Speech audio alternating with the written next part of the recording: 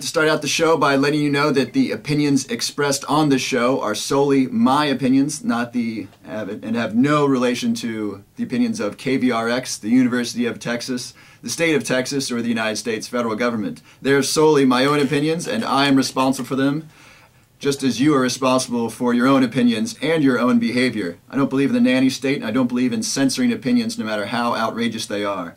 Like when someone says, I believe the United States federal government should operate within the confines of the Constitution. That might seem radical to some, especially those in power. But I still believe you have a right to express that opinion. In fact, that right is guaranteed under the First Amendment of the U.S. Constitution. Yet we still have some ridiculous laws in the books, like free speech zones, something George W. Bush crafted when he figured out that nobody in the United States supported his war on terror, and that people would show up to his publicity stunts with protest signs. So he had to silence them by sequestering those that opposed his opinions and his wars into a free speech zone. The entire United States of America is a free speech zone. As long as you're not hurting anybody, inciting violence, or obstructing other people from going where they want to go or doing what they want to do, you have the right to say whatever it is that you want on public property. Not on someone else's private property if they don't want you to, but on public property you have the right to say whatever it is you want to say, as long as you're not harming anybody else or inciting violence. And yet we forget that so often when we allow ourselves to be silenced by unconstitutional laws, and we allow protesters to be arrested who are peacefully protesting and just simply exercising their First Amendment rights.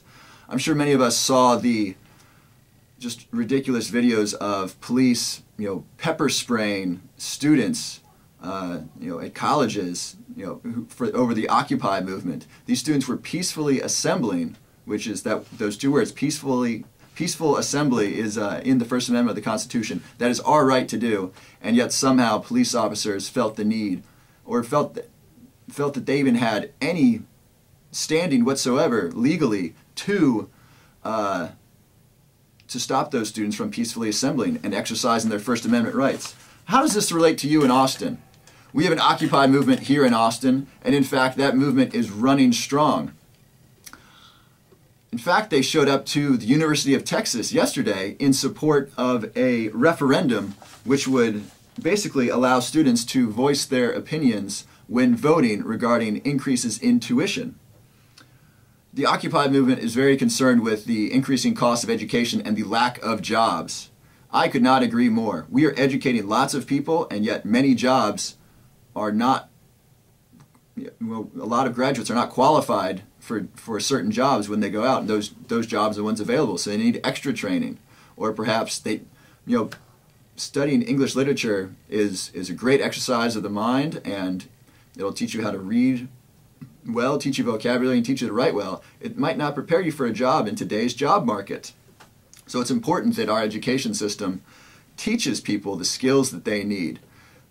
I believe that we need to be teaching people really how to communicate with each other and interact with each other. We need to be teaching people skills and the ability to understand each other, both the content of what they're saying, as well as the emotion and their feelings behind it. And when we understand each other better, we'll communicate much more effectively, and we'll get a lot more done, not to mention live in a more peaceful society. But we're not teaching people skills in schools very much, outside of the communications department and a few other courses. Primarily we teach content courses. And people don't get jobs because of the content they know, unless they're going into specifically the sciences that require specific knowledge, or engineering where they're required to have a specific ability to do certain calculations. But back to student government. Over the last 10 years, the University of Texas has increased its tuition by 85%. 85% increase over the past 10 years. In fact, I think it's the last 8 years that it's gone up 85%. That is a staggering increase. In all fairness to the University of Texas, we provide great services to our students. We have a fantastic university. It's beautiful, it's clean, it's safe. Students here really have a wonderful academic experience, or they certainly have the have the opportunity to have one. What they make of their own academic experience is their own choice. Just today I was able to go in and see someone in sports medicine to look over an injury I had, and I was able to get in within a day's notice. That is phenomenal. I mean, I don't know what it would cost on the outside world to do that. A lot more than what I paid, and it would have taken me a lot longer to get in. So the services that this school offers students are really wonderful. And those services cost money. Now, who's going to pay for this increase in cost? And where's this increase in cost coming from? One thing that's important is that this 85% increase over the last 8 years does not take into account inflation. If you look at the Consumer Price Index, the CPI, which is what the Federal Reserve wants you to look at, those are kind of the data they put out. Inflation's been going at 3%, 3 to 5% per year for the last 10 years.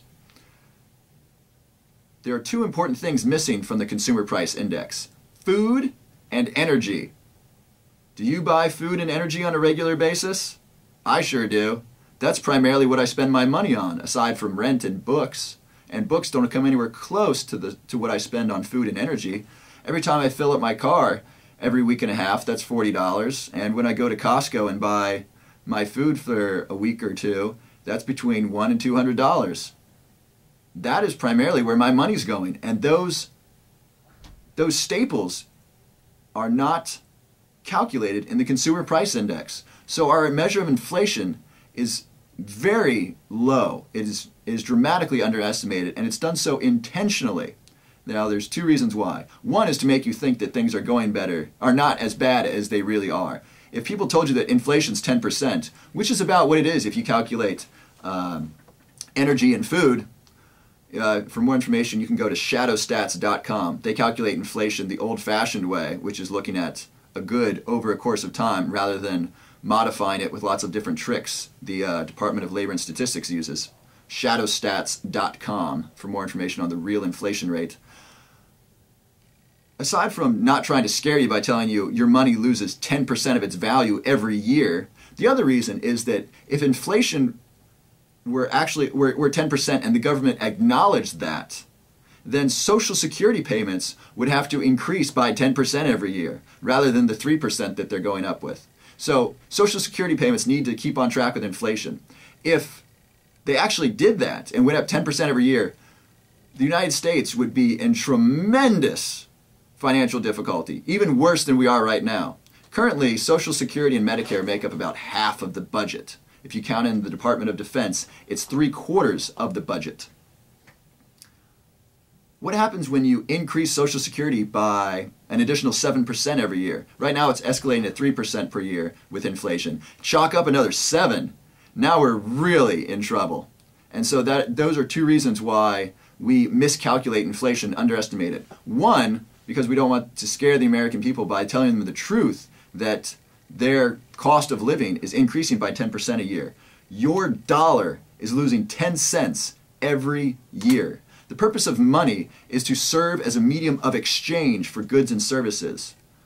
That purpose is kind of lost when you lose money. You lose value of your money simply by holding it. That is why some believe that a gold standard is a good way to preserve the value of money. In fact, Alan Greenspan, who was the former president or former chairman of the Federal Reserve System under Reagan, Bush Sr., Clinton, and some of Bush Jr., he wrote a paper that said that gold is the only true store of value, of money, and that without a gold standard, we're going to have inflation. And yet he presided over a central bank, the Federal Reserve, that greatly expanded our monetary base, increased the money supply, devalued the currency, and we had inflation because of his money supply increasing practices. And yet he absolutely knew that his policy would increase inflation. And yet he said, no, it's not increasing inflation. Now, I had Professor James K. Galbraith on the show about 6 months ago, and I asked him about inflation.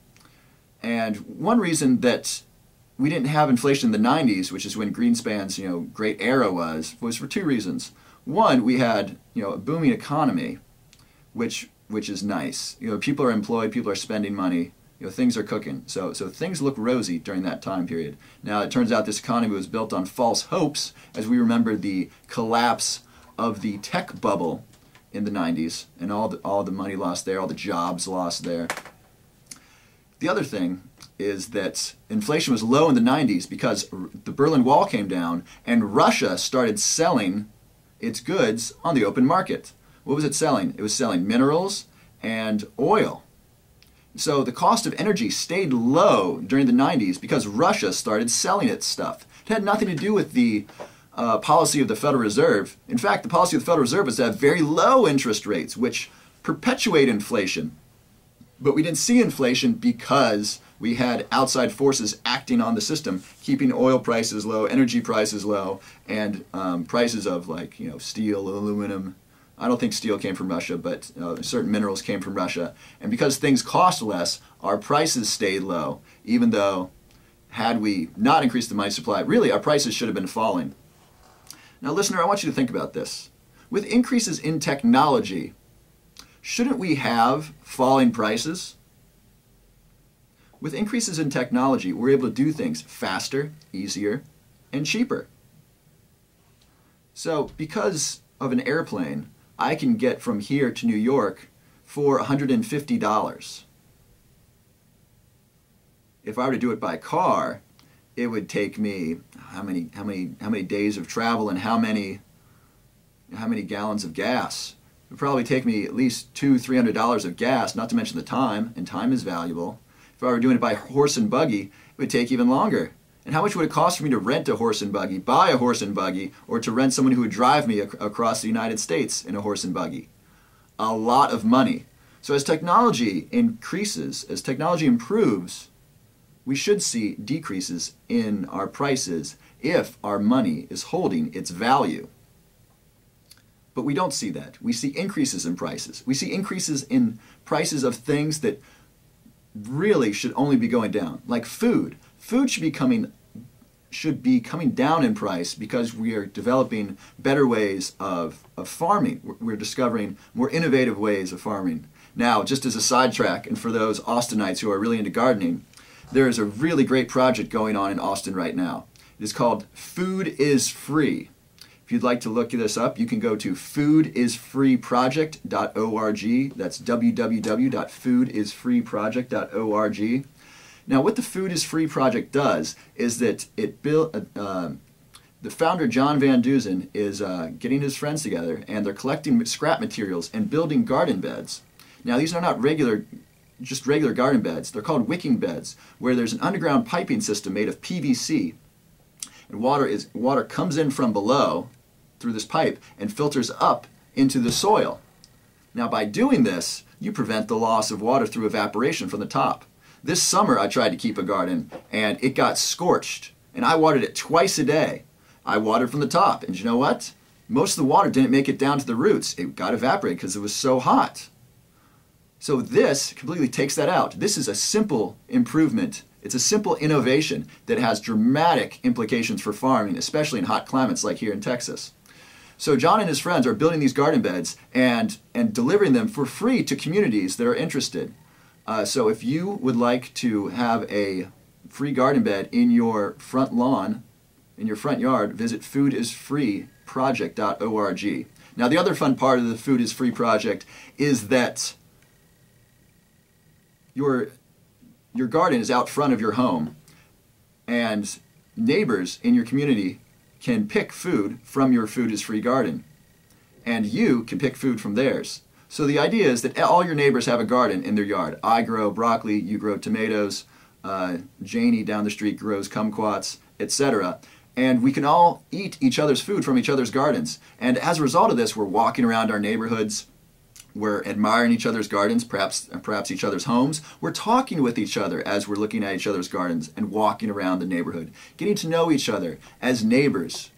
For those of you who are religious, you'll remember that Jesus was once asked, Jesus, what are the two greatest commandments? Number 1, love the Lord your God with all your heart, with all your soul, and with all your mind. Number 2, love your neighbor as yourself.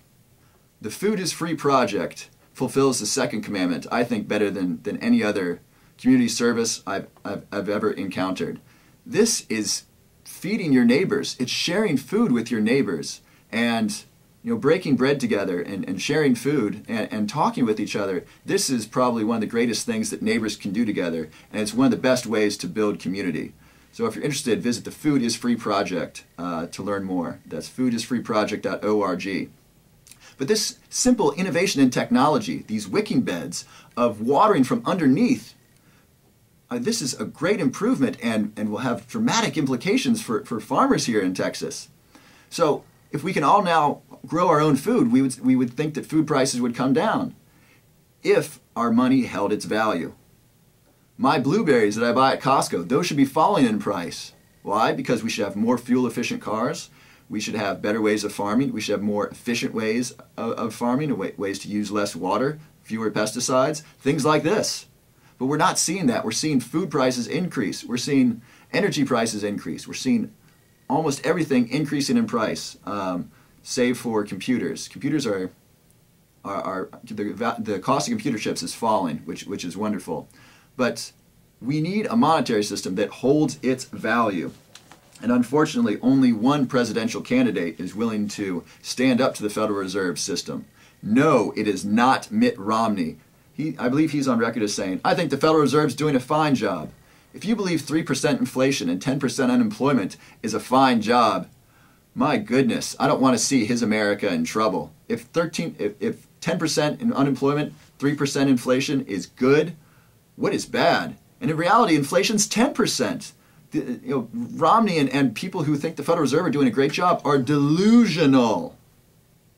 Nobody will admit that 10% is good. And most of those at the Fed don't even admit that inflation is 10%. But when you calculate food and energy in there, it is. And it's a shame that we're deluding ourselves, because we need to come to grips with the truth if we are going to progress as a society. We can't grow as a society when I'm losing 10% of my dollar every year. You can't save for your children's college fund. You can't save to build your own garden bed. You can't save to put solar panels on your home when you are losing 10% of your savings every year to inflation.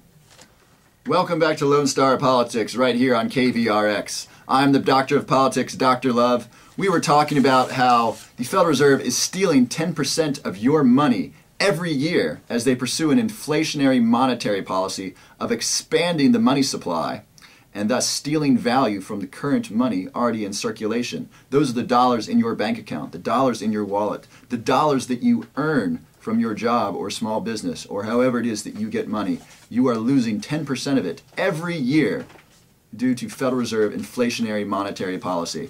And nobody is saying anything about it except Representative Ron Paul from right here in Texas. He has studied economics for numerous years. He's met some great economic thinkers from the Austrian School of Economics. I believe he's met Mises and Murray Rothbard, who are giants in the field of economics. And he believes, as do those who successfully predicted the financial crisis, that having a money system based upon only trust, which is what we have now, and not based upon a commodity, like, for example, originally in the United States, hemp served as money. You could actually pay your taxes in hemp. After that, primarily we had gold as the backing of our money. We also had silver backing our money for a while. In fact, gold backed our money until 1971, when Richard Nixon closed the gold window, refusing to exchange gold bars from Fort Knox with dollars coming in from foreign countries. So we've only had this money system since 1971. And during that time, we've seen inflation just skyrocket. Look at prices from 1971 to prices today. Compare education costs in 1971 to today. Speaking of education costs, the University of Texas student government last night debated for over an hour about whether or not students should have the ability to weigh in on tuition increases when they vote for members of student government. Every spring, the students have an opportunity to vote for a representative in student government. And on this ballot, some students in student government wanted to put questions of, are you for or against an increase in tuition? And if you're not for an increase in tuition, are you willing to cut services from the university? So if you ask a student, do you want to see tuition increase? No. Are you willing to sacrifice services? No. That's probably how those questions will end up.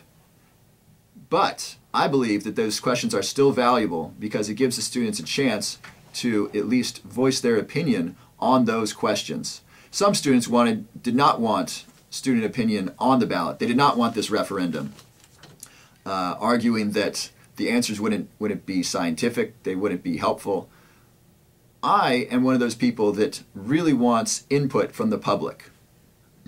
Even if I disagree with what the public thinks, if I were in power, I would like to know at least what they felt was right, and then use that and base my decision upon that. Yet there's some in student government that did not want that. Thankfully, they were the minority, and we passed this really landmark referendum that allows students to voice their opinions when voting about how they feel about tuition increases.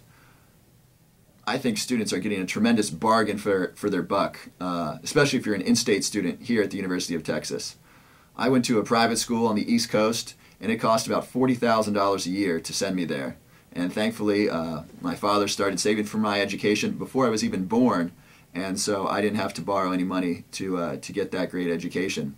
Not every student is so fortunate. A lot of students have to pay their own education, and that's difficult. Student loans have increased dramatically over the last 10 years. There's a student loan bubble with so many students borrowing money yet not getting jobs. This could perhaps be the next the next housing bubble, the student loan bubble. How are students going to be able to pay it back all this money that they borrow when they can't get jobs, when there are no jobs for them? So thankfully, student government was able to pass this referendum last night that Natalie Butler agreed that she will sign if we include both of those questions. Basically, do you want a tuition increase, and are you willing to see services cut? I would like to see input from students about what services they would like cut.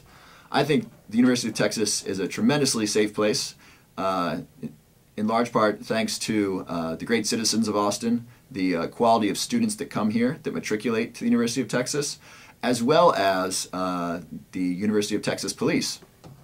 I would like to see a decrease in the University of Texas Police, especially at sporting events. There are very rarely acts of violence at sporting events, and I find it very unnecessary that I walk past 5 policemen when I walk in the gate to a football game. I find it very unnecessary that there are 20 sheriffs, people from the Sheriff's Department and Austin Police Department, on the field during a football game. That is completely unnecessary. So I would like to see, cuts in police, especially at these sporting events.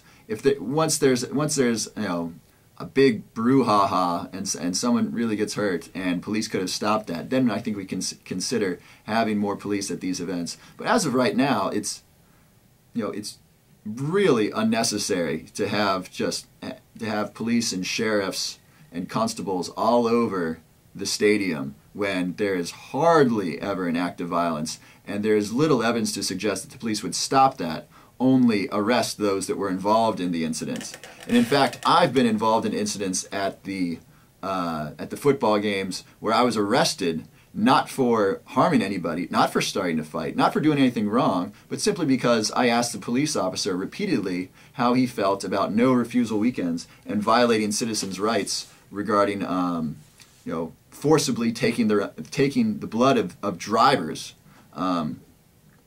with a warrant that was given by a judge who's just rubber stamping warrants. So just as a brief background, on big weekends, on big holiday weekends like Halloween weekend, New Year's weekend, 4th of July weekend, these are called no refusal weekends, where judges are standing by to rubber stamp warrants to allow police officers to forcibly withdraw your blood if you refuse a breathalyzer on those weekends. Now, this is against the law. The law says you cannot forcibly withdraw someone's blood unless there's an accident or there's a child in the car. Yet, some judge kind of made a precedent by allowing there to be a warrant for such a case. The person was driving, was pulled over, suspicion of drunk driving. He refused the breathalyzer. They got a warrant. They forcibly drew his blood. All of a sudden, there's a precedent that violates law on the books that allows judges to give warrants for them to forcibly withdraw your blood.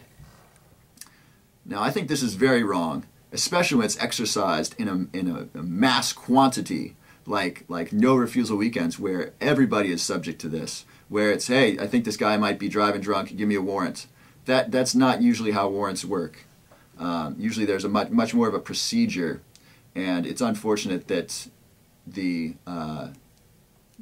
judges as well as the police department are skirting the law. They're breaking the law. They're violating the law through this this court precedent. And so I was talking to the officer about this, and he eventually had enough, and he arrested me for public intoxication. I had to defend myself twice. It took probably between 20 and 30 hours of my life at least to deal with this situation, not counting the time I was locked up. That was 6 hours. I was in jail. So I had to try 2 cases, one here at the University of Texas and one down at the city of Austin. I won both cases because of lack of evidence. There was no evidence that I was drinking, and in fact, the officer lied under oath. That's Officer Roberto Gonzalez here at the University of Texas. He lied under oath twice. And in fact, I have the transcript from my school trial, and the things he says directly contradicts what other witnesses said who were brought in to testify against me. Officer Gonzalez really has trouble with the truth, and it's sad to see someone like him tainting the fine police force we have here at the University of Texas. Speaking of police, I hope you all have heard of the case of Antonio Beeler, who is a Ron Paul activist. He's a former military. He graduated from West Point, and he even went to Stanford Business School, which is the #1 business school in the country. Antonio Beeler is a great citizen, and he wants to make sure that the police are treating citizens fairly and that they are obeying the law as well as the citizens. He believes in accountable government. And New Year's Eve, he witnessed police being very rough with the passenger of a car whose only crime was telling the driver that the driver did not have to answer the policeman's questions. The police are saying, have you been drinking? Have you been doing this? Have you been doing that? You don't have to answer those questions. You have a constitutional right to not incriminate yourself. When the police say, did you commit a crime? You have the constitutional right to not say anything, to not incriminate yourself. And when she told the driver this, the policeman got mad, yanked her out of the car, and was hurting her. And that's when Antonio Beeler came and took out his phone and started taking pictures of the police harming this girl, this passenger who simply told the driver what her constitutional rights were. The police at the scene said, "Why are you taking pictures?" And he said, "I have a right to take pictures. Under the First Amendment, you have the right, the freedom of the press. We are all press in today's day and age. When we have cameras on our phone, when we have video on our phone, when we have video cameras on us, we can all be press. We can all report what is happening. We all have a right to take photos of police officers and video of police officers in public as long as we are not getting in their way." So, Antonio Beeler was taking photos. The police officer got mad, told him to stop taking photos, then pushed him up against his car, was very aggressive with him, and then arrested him. Now, officially, the policeman said that Antonio Beeler spit on him. I find that very hard to believe that a veteran of the Iraq War would spit on a police officer. But that was the charge. Now, this is after they took Antonio Beeler to the truck to test him for alcohol. They tested him twice, and he had no alcohol in his system. He was the designated driver New Year's Eve. That's what kind of responsible man Antonio Beeler is. And so they couldn't throw him in jail for driving while intoxicated or public intoxication. So they said, "Oh, well, he spit on me." And so they're charging him with a felony. It's a felony charge for spitting on an officer.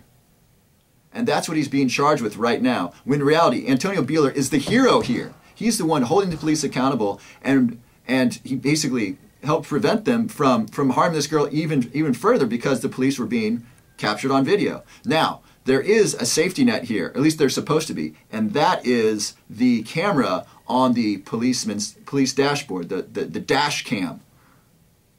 This video would certainly reveal what happened.